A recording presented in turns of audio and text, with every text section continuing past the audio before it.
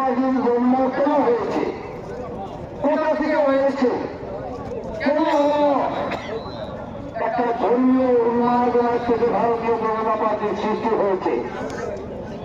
Hindu slogan দিয়ে হিন্দুর মাটাকে বিক্রি করে হিন্দুদের সমাজপতিদের বৌদ্ধ সন্ন্যাসীদের প্রতিকে ঢুকিয়ে ভারতবর্ষের মসজিদে ক্ষমতায় এসেছে। কিন্তু আমি একজন হিন্দু হিসেবে বলবো, 10 বছর অতিক্রম করে 11 বছরে চলছে,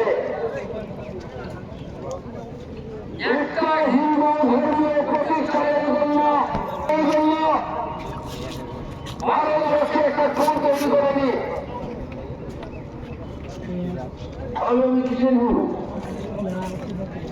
আমার হিন্দু, আমি হিন্দু হিন্দু বলে স্লোগান দেবো, জয় শ্রীরাম জয় জগন্নাথ বলে ধরুন আকাশ বাতাস কাটিয়ে দেবো, অথচ আমাদের সমাজের জন্য কিছু হবে না। সেই হিন্দুত্বকে মেনে নেওয়া যায় না। অর্থ ওই যে আমি বললাম ভারতীয় জনতা পার্টি